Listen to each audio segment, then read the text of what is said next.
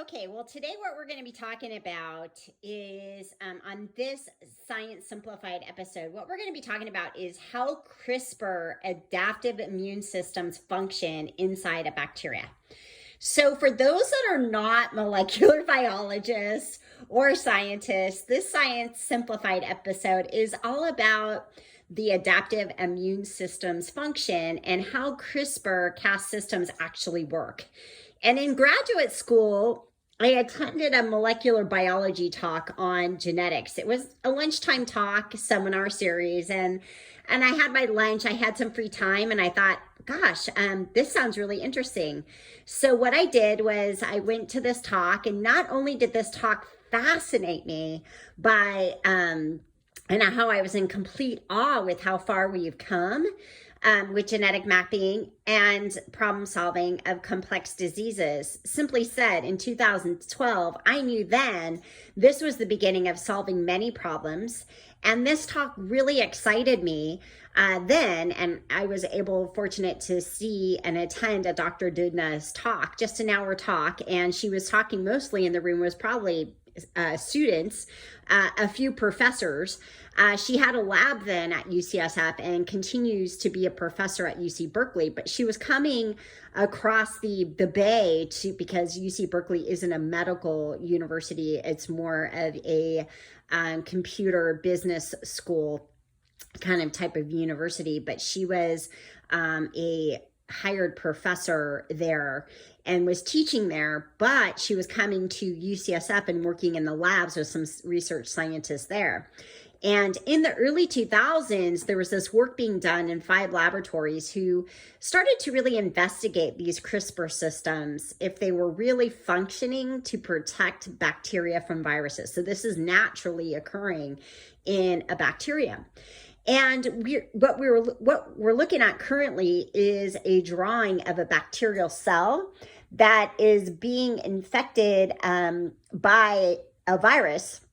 And a virus, whether it's being infecting it between a bacterial cell wall or us, the main cell that happens is the virus injects its genetic material, shown here, wrapped up in a capsid, and it injects it into the cell where it then can create a molecular program. And that starts the molecular program that starts to make more viruses. And ultimately, like we talked in the last Simplified Science, how COVID works, it can kill the cell. And that pretty much is the process of a viral infection.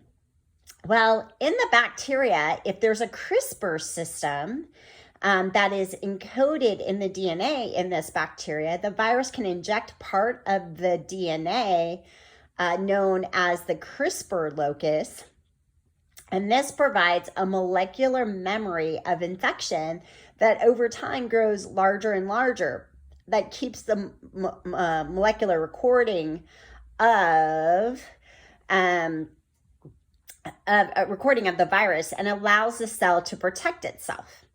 So, and in a way, the protection involves the pre-CRISPR RNA represents a sequence coming from the virus, and that sequence is in a series of letters, about 20 or so letters long, and that matches letters of the virus. And these molecules are encoded by genes in our CRISPR locus. So in the bacterial DNA, these proteins assemblies search within the bacterial DNA for matching DNA sequences. And if those are found, then the cell is able to cut these and destroy them. And it's a great way for cells to acquire immunity to the phage of the virus. So how this works is using this amazing, basically, technology. It's an RNA guidance system. Basically, what happens is I really wanted personally to understand how this works. So the integration from the capsid of the virus and the CRISPR locus to the CRISPR associated genes, which creates a pre-CRISPR RNA in expression, right? And then in those CRISPR RNAs, what happens is those CRISPR RNAs, which are about 20 letters long, we call this interference, can actually go back into the bacterial protein and basically reprogram it so the virus can't replicate, and therefore you have immunity to the phage. So the virus is destroyed. Now, who would have thought, sitting and attending that little lunch and learn, so to speak, back in 2012, we would need this technology in the future to solve some of the complexities that we're dealing with today. And what I really wanted to understand was the process of how all this works. In our next episode, I will go into and how we are solving these problems currently with some of the messenger RNA vaccines. But I'm probably not going to be doing those talks because there's many doctors and already people posting on YouTube channels how the messenger RNA vaccines work. My intention was just to dive a little bit deeper to let you know that our adaptive immune systems already function quite well naturally when we're protecting ourselves and doing all the right things, which we talked about with the interview with Shiva.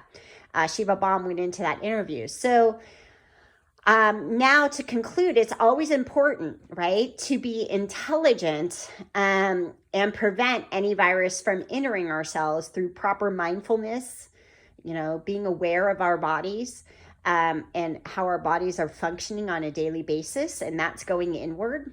Masking, washing your hands, and currently social distancing. That's all going to change.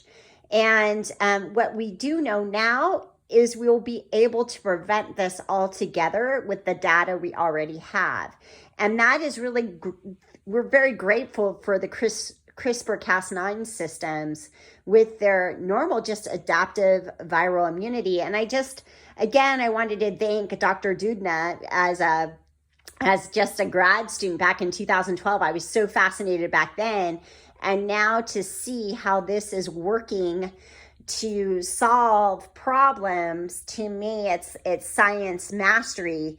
And this is all just part of our natural innate immune system, or adaptive immune system, which recognizes the capsid of the virus to the integration, putting in a CRISPR locus to CRISPR-associated Cas genes, to a pre-CRISPR RNA going in and helping to change the expression, which is about 20 letters long, to interfere with creating the proteins that the virus needs, an interference to actually creating immunity to the phage itself, which is the virus. So the virus is destroyed. So I share that with you. This is a quick Science Simplified recap. And in this episode, we kind of wanted to go into when this technology was first discovered, and it's really exponentially grown since, I think, if I were to look at the data, since 2015. So what I'm trying to share with you is we don't need more data. We have all the solutions. We just need to basically apply the data now and create positive outcomes so we all can thrive and be alive during this unprecedented time in history with scientific discovery, but also what we innately know going back to our natural adaptive immune system and function and how we can best take care of it. So thank you so much for listening in. I'm going to post in the comments. Please subscribe to our YouTube channel, cerdh.com, and we'll go into more depth and more detail with an up-and-coming healthcare series, what you can do to protect your immune system, expand your immune system, do all the right things, just like our last Facebook Live. And we're going to be bringing in some interviews of individuals into this YouTube channel so you can hear their stories and learn from them and how they did it.